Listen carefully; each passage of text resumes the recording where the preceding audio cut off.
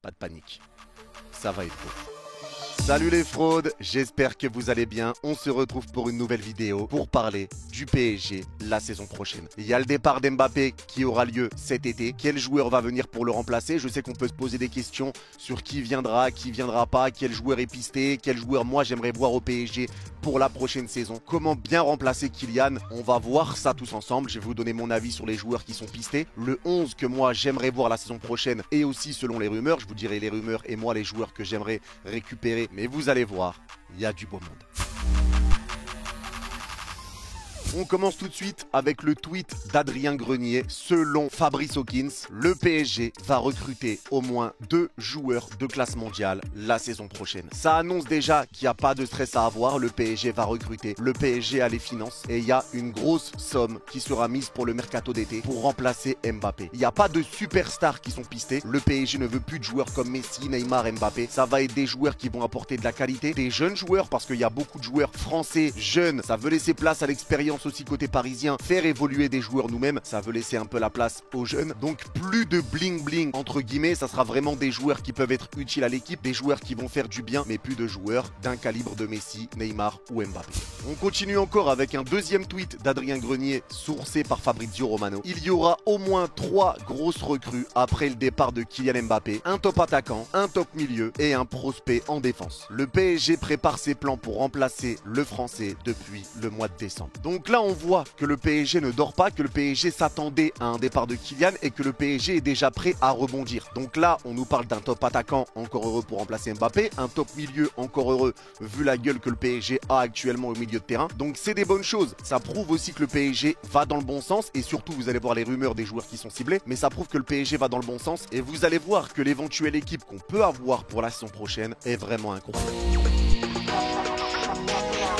On va aller dans l'ordre et je vais commencer par le gardien, bien évidemment, Gigio Donnarumma. Il faut le reconnaître les gars, Donnarumma fait partie des meilleurs gardiens du monde à l'heure où on parle. Alors c'est vrai qu'il peut nous énerver avec son jeu au pied, c'est vrai qu'il peut nous énerver avec ses erreurs, mais il faut l'avouer, cette saison, sans lui, le PSG n'a pas autant de points en Ligue 1. Sans lui, le PSG fait pas la saison qu'on est en train de faire actuellement. Pour moi, il est top 3 des meilleurs joueurs du PSG cette saison. Encore une fois, contre Nantes, il a été exceptionnel. Sans lui, on aurait pu prendre des buts, on aurait pu perdre ce match, ou en tout cas faire match nul, mais il a été très solide, il nous sauve quand même pas mal de fois et honnêtement ça fait du bien de voir un Gigio Donnarumma comme ça, concentré sur de lui qui est un petit peu mieux dans son jeu au pied. Donc on espère que ça va continuer, franchement ça fait plaisir de le voir comme ça parce que son remplaçant pour moi c'est Arnaud Tenias et je pense que le fait que Donnarumma aille mieux c'est peut-être lié au fait qu'Arnaud Tenias est beaucoup aimé parce que je rappelle qu'après le carton rouge qu'il a pris contre le Havre, le bon vieux Gigio, Tenias a joué et il a enchaîné 2 matchs où il a enchaîné quand même 2 bonnes performances. Donc on commençait à se dire bon, on aimerait bien voir Tenias un petit peu plus, faut essayer de mettre Tenias, voir ce qu'il peut donner. Donc peut-être que ça a touché Donnarumma, qu'il a senti que le vent pouvait commencer à tourner et à partir de là, Donnarumma est revenu, Donnarumma a été impeccable. Il a pu faire d'erreurs et il a été très solide. On sait que Donnarumma est très solide sur sa ligne, on sait que Tenias est un gardien qui est apprécié, on sait que Tenias est un gardien sur qui on peut compter, qui fait le taf, il est jeune, il a encore une grosse marge de progression. Donc moi je sais que quand on aura besoin de lui, Tenias va répondre présent. Maintenant ça serait bien d'instaurer un vrai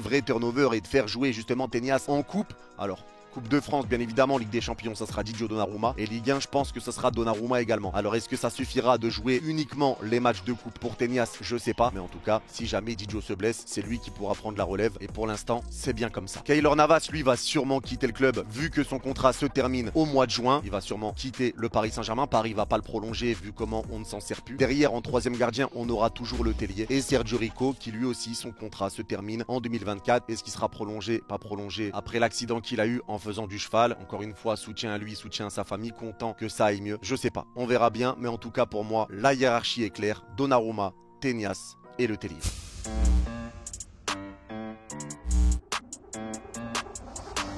Au poste de latéral droit, toujours pas de recrue pour moi, Achraf Hakimi. Alors Hakimi, on peut se poser des questions si Hakimi va rester au Paris Saint-Germain. Alors je parle pas de la saison prochaine parce que pour moi c'est sûr qu'il va rester, il est sous contrat, c'est pas comme Mbappé. Mais je pense qu'Hakimi pourra avoir des envies d'ailleurs, vu qu'Mbappé qui est son grand copain part au Real. On sait qu'Hakimi lui aussi a des envies de retourner au Real Madrid. Donc je pense qu'Hakimi pourrait rejoindre Mbappé dans les années à venir. Maintenant c'est pas encore le cas, son contrat se termine en 2026 si je dis pas de bêtises. Donc il est encore sous contrat pour 2 ans. Donc Hakimi toujours au Paris Saint-Germain et je trouve un Hakimi épanoui. Un Hakimi qui est à l'aise, qui a l'air beaucoup plus heureux, beaucoup plus plus heureux que sous Galtier, parce que sous Galtier, faut rappeler quand même que ça jouait pas sur lui. Il faisait des appels, il n'était pas servi, le jeu passait très rarement sur lui, et donc c'est lui qui prenait un peu les foudres. On disait qu'il était mauvais, alors que le pauvre n'avait pas de ballon. Cette saison, c'est totalement différent. Il rentre grandement dans les plans de Luis Enrique, et Luis Enrique a une tactique bien particulière qui permet à Hakimi de montrer tout ce qu'il peut faire, tout ce qu'il sait faire, et il s'entend très très bien avec Ousmane Dembélé. C'est un régal d'avoir Hakimi et Dembélé sur les côtés, et on espère que ça continuera comme ça la saison prochaine. Mais Hakimi, titulaire la saison prochaine. Son remplaçant, pour moi, ça sera Nordi Mukiele. Alors, moi, j'aurais gardé Nordi Mukiele, parce que Mukiele peut aussi bien jouer à droite qu'à gauche, et jouer dans l'axe également si jamais il faut dépanner. Mais Luis Enrique n'est pas fan de Nordi Mukiele. Il y avait déjà des rumeurs de départ cet hiver au Bayern ou à Chelsea. Maintenant, si jamais il part, il faudra quelqu'un pour le remplacer, parce qu'à droite, c'est le seul qui peut jouer à droite. Mais on sait que là, à l'heure où on parle, Luis Enrique préfère mettre Soler à droite, Zahir Emery à droite, plutôt que Mukiele. Donc je pense que Mukiele sera sûrement sur le départ cet été. Moi, je l'aurais gardé parce qu'honnêtement, il peut faire du bien en remplaçant, il peut faire du bien en rotation. Les matchs qu'il fait en plus avec le PSG quand il joue, ils sont pas mauvais. Contre Lille, il a été même plutôt bon. Maintenant, quand on voit qu'on a un coach qui préfère mettre des joueurs pas à leur poste, à la place d'un joueur à son poste, il faut quand même se poser des questions. Moi, je pense qu'il sera plus là. Maintenant, si jamais il part, il faudra le remplacer. Mais moi, je garde Nordi Mukiele en doublure d'Achraf Hakimi.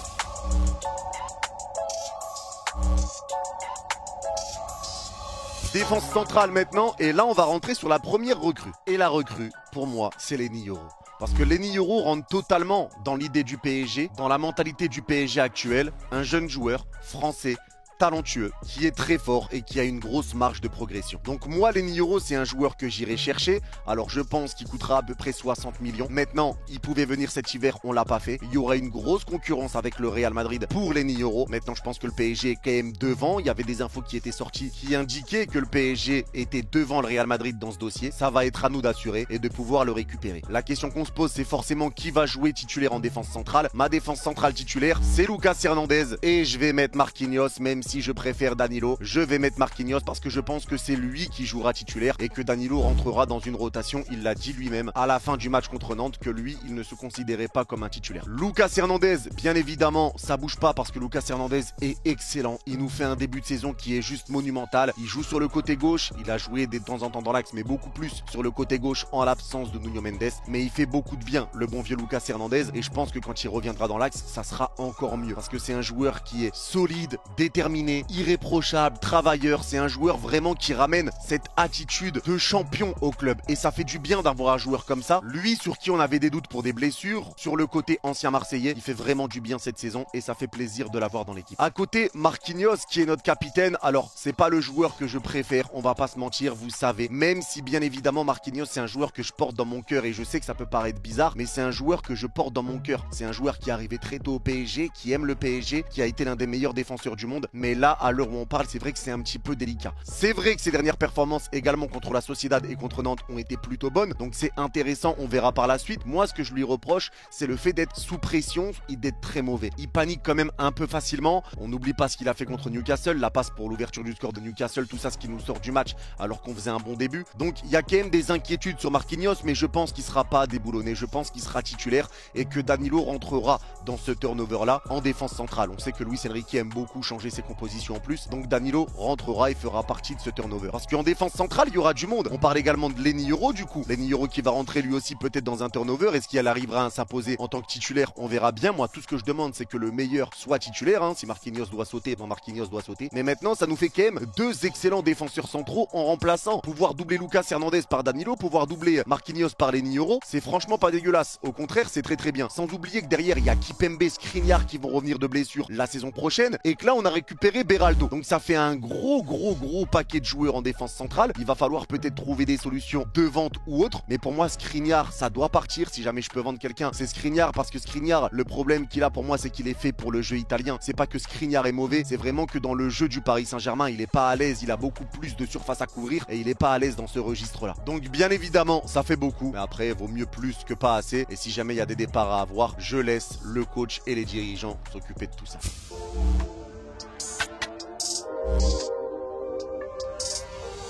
Sur le côté gauche maintenant, et bah forcément, ça va être Nuno Mendes. Nuno Mendes, les gars, qui va revenir de blessure dans les prochains jours. Alors on espère qu'il reviendra en forme, on espère qu'il se reblessera pas parce que c'est l'inquiétude qu'on a autour de lui. Si jamais il se reblesse, ça va être compliqué. Lucas Hernandez va devoir repasser côté gauche. Donc c'est l'inquiétude qu'on a autour de Nuno. Maintenant, on sait que Nuno est un joueur qui est aimé par les supporters, un joueur qui est très bon quand il est sur le terrain et un joueur qui fait énormément de bien. Parce qu'il faut pas se mentir, Nuno est un joueur de talent, c'est un jeune joueur. Ce qui nous fait peur, c'est la blessure. On sait pas dans quel état il va revenir quand il va revenir. Il devrait revenir très prochainement. On va le revoir sur une pelouse 1 an après son dernier match avec le PSG. Mais en tout cas, Nuno, je le mets titulaire tous les jours. Son remplaçant pour moi, ça sera Lucas Hernandez. Lucas Hernandez qui peut également jouer sur le côté gauche. Donc ça permettrait de faire reposer Mendes, de faire jouer un autre défenseur central. Donc c'est bien que des joueurs peuvent jouer à d'autres postes. Maintenant, la question, ça va être de savoir si Nuno Mendes se blesse et que Lucas Hernandez prend sa place. Et derrière, on n'a plus de remplaçant parce que là, Layvin Kurzawa, lui, en plus d'être mauvais, son contrat se termine au mois de juin en 2024. Donc cet été. Et si jamais il y a le départ de Mukiele, et forcément t'as plus personne sur le côté gauche. Si Mendes se reblesse, je le répète encore une fois, il restera que Lucas Hernandez.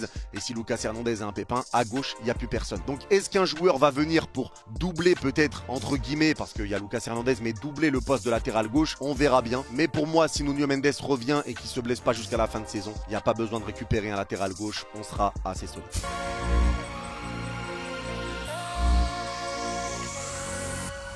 Maintenant, on passe au milieu de terrain et forcément, là, c'est là que ça va bouger. Je reprends le tweet d'Adrien Grenier. Selon Loïc Tanzi, au milieu de terrain, le PSG aime particulièrement 3 joueurs. Joshua Kimmich, fin de contrat en 2025. Bruno Guimaraes et Gavi. On peut rajouter également cette information. Bernardo Silva est bien une cible du PSG pour cet été. Le joueur de Manchester City était déjà d'accord pour rejoindre le PSG cet été. Alors, là, moi, tout ce que je vois, c'est des choix qui me plaisent honnêtement. Et je pense même qu'on peut rajouter De Jong parce que même si De Jong aime le Barça, De Jong n'a pas envie de partir de Barcelone. Clairement, apparemment, le Barça serait prêt à faire une grosse vente pour ramener de l'argent dans les caisses. Alors, pour moi, ça serait une grosse erreur de se séparer de De Jong. Maintenant, s'ils le font, est-ce qu'il faut sauter dessus ou plutôt se pencher sur le cas Guimaraes ou le cas Kimmich? Ça, c'est aussi une bonne question. Et là, je vous pose la question, qui vous, si vous devez choisir l'un de ces 3 joueurs, qui vous prenez entre De Jong, Guimaraes et Kimmich? La question est légitime, hein, bien évidemment, parce que sur ce rôle de sentinelle, déjà la doublure sera Ugarte.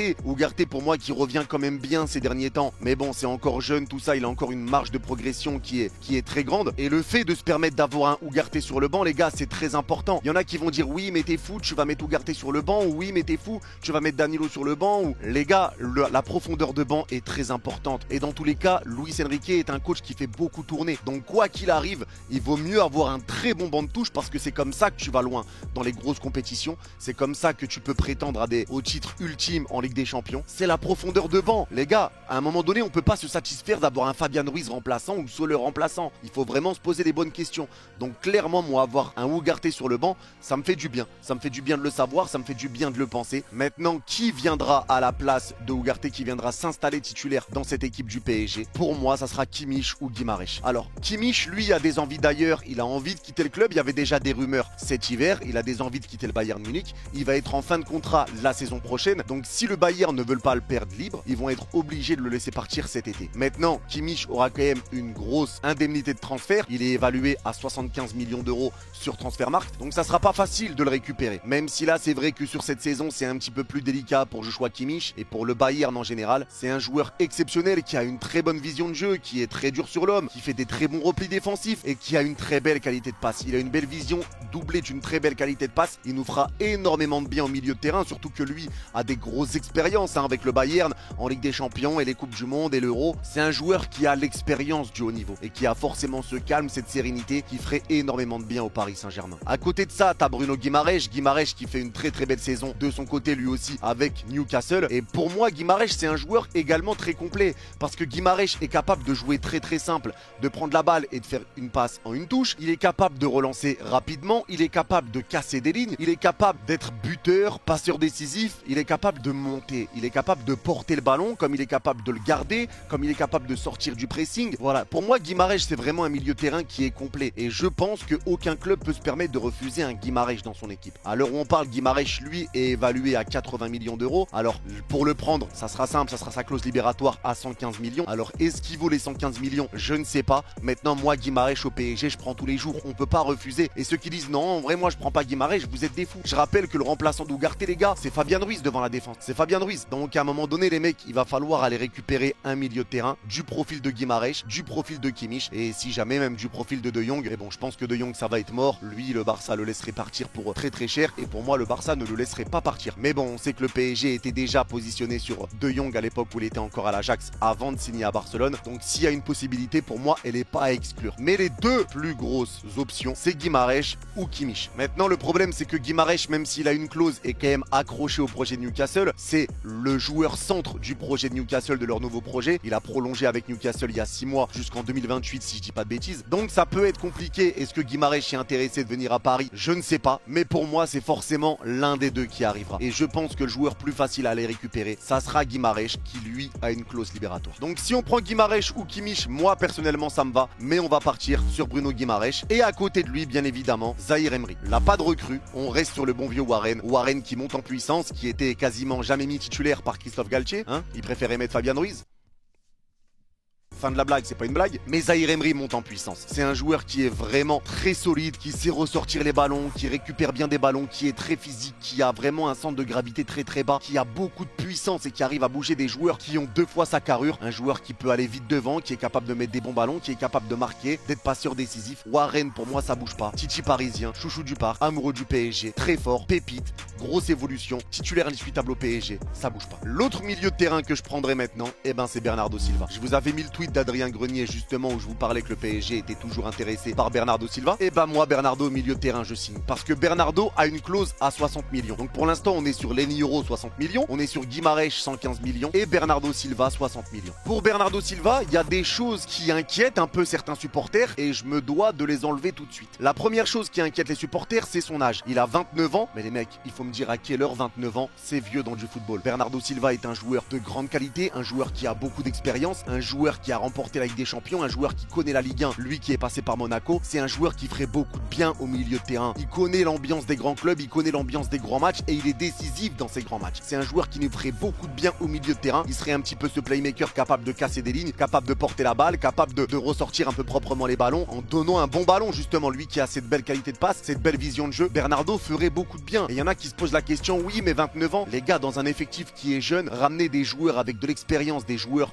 vieux, comme vous pouvez dire, même si 29 ans c'est pas vieux, c'est important pour l'équilibre de l'équipe. C'est important parce qu'il va être l'un des leaders de cette équipe là justement. Faut pas oublier aussi qu'on a récupéré pas mal de joueurs à plus de 28 ans. On a récupéré Thiago Silva qui avait 28 ans, on a récupéré Zlatan Ibrahimovic qui avait 31 ans, on avait récupéré Thiago Motta qui avait 30 ans. Donc les gars, à un moment donné, les joueurs que je viens de citer ont été très bons avec le PSG. 29 ans, c'est pas vieux. Bernardo Silva a encore de belles années devant lui et il peut venir nous apporter beaucoup pendant au moins 4 ans. Le deuxième problème qui se pose pour certains, c'est Xavi Simons. Comme Xavi Simons va revenir, certains ne veulent pas de Bernardo Silva. Les gars, à un moment donné, c'est le même problème et la même chose que j'ai expliqué. Se permettre d'avoir un turnover avec Bernardo Silva, avec Xavi Simons, mais qui peut refuser? Qui peut refuser? Vous préférez qu'on ne prenne pas Bernardo Silva, qu'on reprenne Xavi Simons et que sur le banc, son remplaçant, ça soit Fabian. Les gars, à un moment donné, il faut arrêter. Il faut voir grand, il faut rêver grand et se permettre d'avoir Xavi Simons sur le banc ou même un Bernardo Silva parce qu'il faut voir si Xavi Simons accepterait de rester sur le banc. Mais pour moi, il n'y a même pas de banc parce qu'il y aurait un grand turnover. Parce que pour moi, Xavi Simons pourrait être doublure un petit peu de Bernardo Silva, doublure de Zahir Emery et doublure de Bradley Barcola sur le côté. Xavi Simons peut jouer un petit peu partout. Il peut jouer au milieu comme sur le côté gauche. Bernardo Silva peut jouer au milieu comme sur le côté droit. Donc lui aussi peut être une genre de doublure d'Ousmane Dembélé. Donc il y a des joueurs qui peuvent jouer un petit peu sur beaucoup de postes. Et Luis Enrique est un coach qui fait beaucoup tourner. Donc il y aura un équilibre en termes de jeu. Il y aura un équilibre en termes d'effectifs. Et pour moi, c'est une bonne chose. C'est une bonne chose d'avoir ça. Donc clairement, moi, je prendrai Bernardo Silva. Et en doublure, je mettrai Xavi Simons. Même si bien sûr, c'est pas une vraie doublure. Parce qu'il y a des moments où ça sera Xavi Simons qui sera titulaire et à d'autres postes. Mais en tout cas, Xavi Simons, je récupère et je mets dans cet effectif qui ferait énormément de bien au milieu de terrain également. Du coup, ça nous donnerait un milieu de terrain Zahir Emery, Bruno Guimarães avec Bernardo Silva. Doublure de Bernardo, Xavi Simons, doublure de Guimarães, Ugarte et doublure de Zahir Emery, Vitinha. Ça nous ferait quand même des belles doublures au milieu de terrain. Alors après, est-ce que tu gardes encore un autre milieu de terrain comme Fabian Ruiz, etc. Moi, j'aurais vendu l'un des deux, Ruiz ou Soler, voire les deux. Maintenant, c'est pas à moi de gérer, c'est pas à moi de faire les choix. Ça sera à Luis Enrique et aux dirigeants. Mais en tout cas, pour moi, ce milieu de terrain a de la gueule. Et je répète encore une fois que de temps en temps, ça sera Xavi Simons titulaire et certains d'autres sur le banc. Bref, ça pourra bouger et ça bougera dans tous les cas. On connaît Luis Enrique, il met quasiment jamais la même équipe 2 fois de suite pendant très longtemps.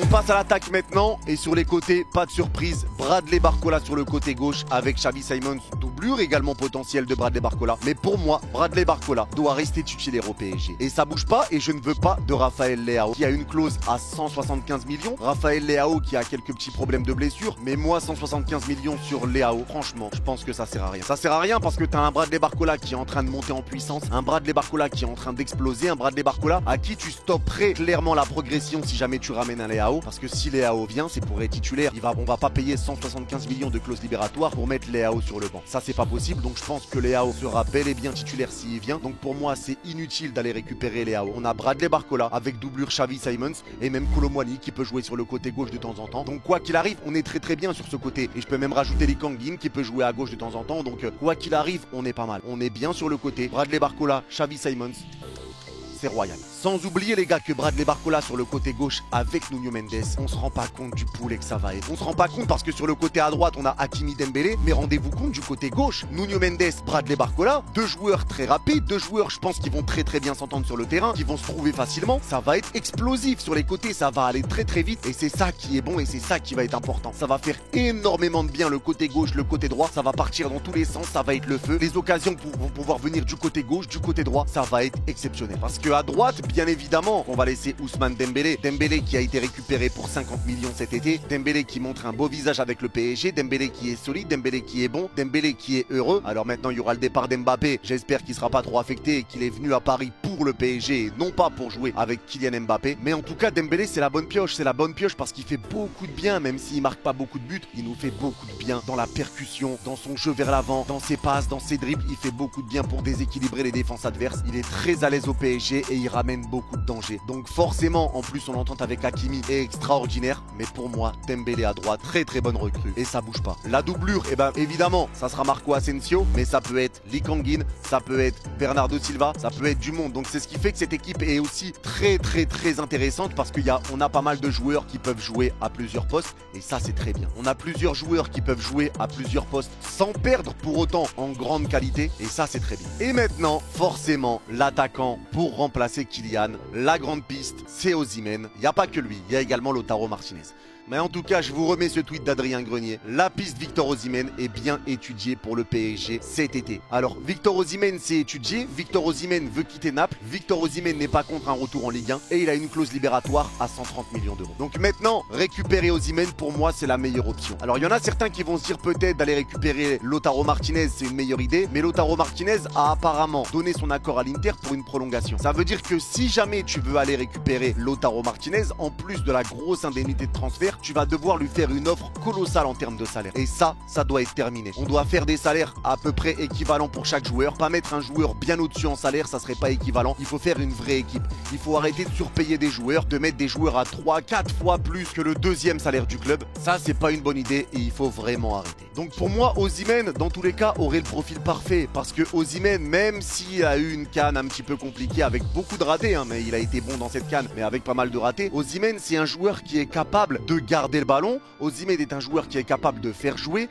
Osimhen est un joueur puissant et rapide. Et c'est un bon joueur de tête. C'est un numéro 9 qui est vraiment complet et un numéro 9 qui sera très bon. Maintenant, je vous rappelle les conditions dans lesquelles il va arriver. Dembélé, Hakimi, Nuno Mendes, Barcola. Le travail sur les côtés va être fait par Ousmane, ça va être fait par Barcola, ça va être un centre de Nuno Mendes, un centre d'Hakimi, un centre de Dembélé, un centre de Barcola. Osimhen sera là pour terminer. Osimhen sera un petit peu le point d'appui pour servir les latéraux ou peut-être lui-même de faire des différences tout seul parce qu'il en est capable. Il est très puissant, il est robuste, il est grand, donc il pourra s'imposer facilement sur les duels de tête, pourra prendre les défenseurs de vitesse et il pourra s'imposer par sa technique. C'est un attaquant qui est solide, un attaquant qui a prouvé qu'il était bon et qui avait un gros potentiel. Il est jeune également, Osimhen, il y a encore une marge de progression, mais moi je pense que cette équipe du PSG est très cohérente. Forcément, son remplaçant, ça sera Gonzalo Ramos et je pense que c'est le mieux, Gonzalo Ramos, Kolo Muani, même si Kolo peut aussi jouer à gauche, à droite, donc c'est ce qui fait que l'effectif est grand. Maintenant, il y aura des ventes et il faudra faire des départs, mais moi, Osimhen, je le prends tous les jours et pour moi, c'est le joueur sur qui je mettrai le paquet. Donc 130 millions pour la clause libératoire d'Osimhen qui est pas contre une arrivée au PSG. Pour moi, ça ferait du bien. Ça ferait du bien et l'équipe aurait vraiment du sens. L'équipe serait vraiment cohérente. Je sais pas si on se rend compte de l'équipe qu'on pourrait aligner la saison prochaine, mais regardez si elle est pas pas magnifique. Regardez si elle est pas magnifique. Et faites le calcul. Lenny Euro 60 millions, Osimhen 130 millions, Guimarães 115 millions, Bernardo Silva 60 millions. Ça fait 365 millions dépensés pour cet été. Mais il faut pas oublier qu'il y aura éventuellement des départs également pour renflouer les caisses. Il y a le départ en plus d'Mbappé avec son gros salaire qui va disparaître, donc ça renfloue les caisses. Et l'info qui était sortie également que le PSG dépenserait au minimum 300 millions sur ce mercato. Je pense que l'équipe, moi comme ça, est très cohérente. L'équipe me plaît, l'équipe est complète et l'équipe est très compétitive. Ça serait une équipe qui ferait beaucoup de bien, une équipe qui serait agréable à voir jouer et une équipe qui ramènerait du danger de partout. C'est pas un joueur vraiment qui aimanterait les ballons, c'est pas Mbappé qui serait servi tout le temps et à qui on donnerait tout le temps la balle. Ça serait vraiment un jeu qui arriverait un petit peu de partout et avec des joueurs d'expérience, des joueurs de qualité, avec Dembélé qui vient aider les latéraux, Barcola qui vient aider les latéraux, Osimhen qui est un mort de faim, Bernardo Silva avec son expérience, sa vision de jeu et ses qualités de passe, Zaïre Emery qui va pouvoir évoluer dans une équipe comme ça, Xavi Simons qui va pouvoir lui aussi nous apporter ce plus quand il jouera, Bruno Guimarães qui va nous faire du bien devant la défense et un Ugarte qui sera là en remplaçant. On se rend pas compte de l'équipe qu'on peut avoir, mais les mecs, le départ d'Mbappé, c'est pas une fin en soi parce que l'équipe qu'on peut aligner est magnifique. Alors dites-moi en commentaire, est-ce que l'équipe vous aimez? Quelle note vous mettez à cette équipe, vous, si jamais c'est cette équipe-là avec laquelle on va jouer la saison prochaine? Quel joueur vous auriez récupéré si vous étiez dirigeant du PSG? Quel joueur vous auriez récupéré à ma place? Quel joueur vous auriez changé dans le 11 que j'ai affiché? Mais voilà, moi j'ai fait cette vidéo surtout pour rassurer certaines personnes sur le départ d'Mbappé, ceux qui pensent que c'est la fin après le départ d'Mbappé. Non, des joueurs, des grands joueurs, on en a eu, on les a toujours remplacés et ça sera toujours le cas. L'histoire du PSG va continuer, l'histoire d'Mbappé va continuer loin du PSG, mais le PSG est loin d'être mort et on sera là. Toujours là. En tout cas, merci à tous d'avoir suivi cette vidéo. Merci à Laloun pour le montage. Le GOAT, allez le follow sur YouTube les gars, sa chaîne YouTube, elle s'affiche ici, sur Instagram, s'affiche ici, c'est le GOAT les gars, toujours présent, Laloun le GOAT. Ceux qui ont regardé la vidéo jusqu'à la fin, n'hésitez pas à mettre Laloun le GOAT en commentaire, je comprendrai que vous avez regardé la vidéo jusqu'à la fin. Et n'oubliez pas de liker et de vous abonner si jamais le contenu vous a plu. Prenez soin de vous, vous êtes les gars, et allez pas. Bye bye.